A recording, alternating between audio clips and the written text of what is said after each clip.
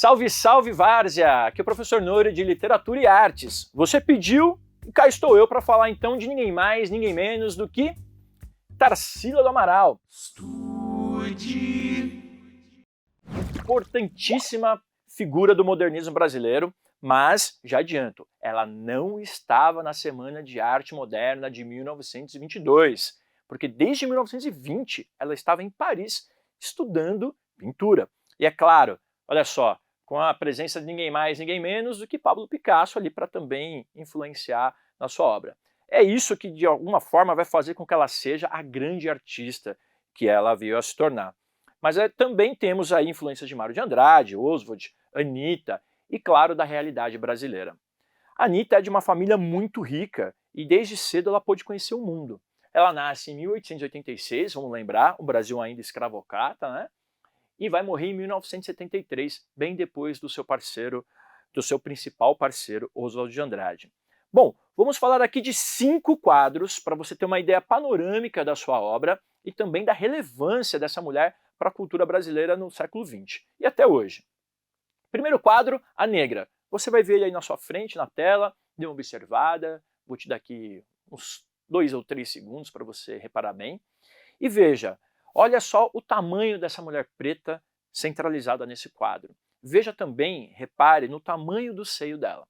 Isso não é por acaso. A Tarsila vai se inspirar nas mulheres que, além de trabalhar na roça, além de todo o trabalho braçal da casa, além de todo o esforço que se fazia entre as escravas para se manterem vivas diante de uma realidade extremamente dura, amamentavam não apenas as suas crianças, mas também eram ama de leite das filhas da Sinhá.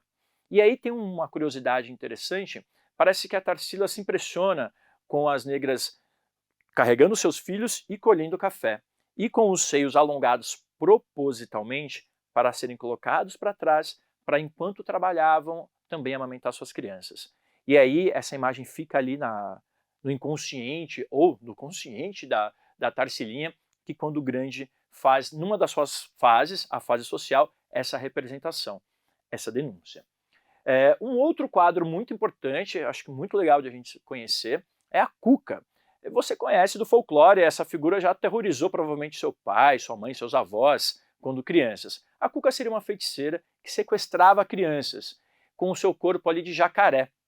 O quadro também é de 1924 e a gente percebe como as cores são fortes nesse quadro, como tem um universo infantil ali por trás, outras figuras, outras representações, mas a Cuca, com seus olhos grandes, com seu formato abaulado, no primeiro plano desse quadro. É curioso como até hoje é um dos quadros que, quando expostos, atrai a atenção de crianças e adultos, porque de fato você fica um pouco preso à leitura dele pela complexidade que se mostra ao fundo, beleza? Um outro quadro muito importante, esse é um quadro, entre outros, que eu poderia colocar aqui, mas eu achei representativo, porque é o Morro da Favela. A gente tem alguns quadros da Tarsila representando a cidade de São Paulo, a industrialização. Esse eu acho especialmente importante, assim como Operários também, porque vai mostrar um lado que geralmente não se fala muito. Para que a cidade de São Paulo crescesse e se desenvolvesse e fosse o que é hoje, as pessoas pobres, que estavam mais centralizadas, foram expulsas, literalmente. Houve um processo todo de gentrificação e elas foram sendo empurradas para a periferia. E a gente sabe hoje que boa parte, a grande parte da população paulistana está muito distante do centro. Seja pela periferia da Zona Leste, Norte, Sul ou Oeste, lá está o povo pobre. E aí esse movimento não é contemporâneo apenas, mas começa muito cedo. Em 1924, São Paulo ainda é uma cidade pequena, comparada ao Rio de Janeiro, por exemplo, que era o centro do país. E aí vai começar provinciana mesmo, vai começar a se desenvolver aí. E isso já faz com que essas pessoas menos favorecidas sejam colocadas de lado. Agora sim, vem um quadro muito famoso, que você já deve ter visto várias vezes, já deve conhecer, que é o Abapuru. Esse quadro que vai ser o marco do início do movimento antropófago. Quero lembrá-los que em 1924 a gente tem o movimento Pau-Brasil, lançado por Oswald, a Cuca, e mesmo o Morro da Favela estão ali misturados junto com esse movimento. Isso não impede, obviamente, que haja um recorte social por parte dela. Agora, em 1928, o movimento antropofágico ou antropófago se inaugura aqui, com esse quadrinho, Abapuru, que significa o homem que come gente. Vocês sabem, né, que o Brasil tinha tribos indígenas que eram antropófagas, ou seja, canibais. Inclusive aquela história do Bispo Sardinha lá de 1556, que foi devorado por índios caetés. E aí ela vai fazer uma representação nacional muito evidente nesse quadro. Dá uma olhada aí, ele vai aparecer para você, o quanto a gente tem do lado direito um cacto que sobe rumo ao céu, grande, como se fosse um tridente, né, representando uma das vegetações características do Nordeste brasileiro e das áreas mais secas. E a gente vai ter à esquerda, mais centralizado no quadro, esse tal Abapuru.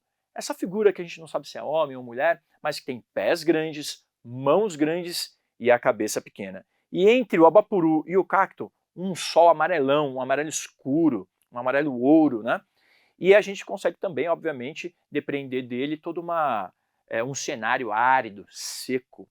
Esse quadro tem algumas possibilidades de representação. O verde e amarelo já deixam claro a ligação com a bandeira nacional, né, com as cores brasileiras.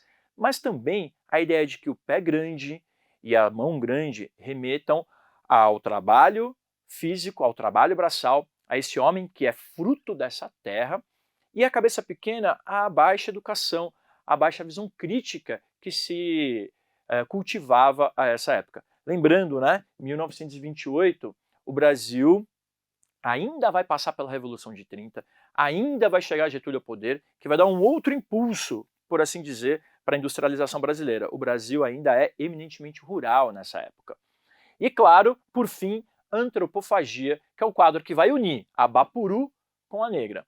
E aí, essa síntese que ela consegue fazer, né, unindo essas duas partes lá da sua obra, lá no início ainda, né, o movimento Pau Brasil com o movimento antropofágico, e que ela vai chamar Antropofagia, já deixa claro para a gente o quanto ela está conseguindo olhar para esse Brasil do passado, para esse Brasil do presente, e de repente nos incentivando a pensar qual será o Brasil do futuro. Essa então é Tarsila do Amaral, nossa principal pintora modernista, que nasce em 1886, morre em 73, tem quadros espalhados pela Argentina, o próprio Abapuru, pelo MoMA, e também aqui por São Paulo e pelo Brasil em coleções particulares, e também lá no MAC, o Museu de Arte Contemporânea da USP. Procure saber mais sobre ela, que é uma história incrível, e o quanto também a gente pode questionar, né, as suas obras sociais, que hoje entregam uma beleza absurda e que a gente não pode ler apenas pelo viés estético, pelo viés da beleza, mas também temos que trazer o contexto social, histórico e político para perto para compreender melhor. Gostou desse conteúdo? Comenta aí embaixo, curte, ativa o sininho para mais conteúdos como esse e vem com a gente rumo ao Enem. Estude.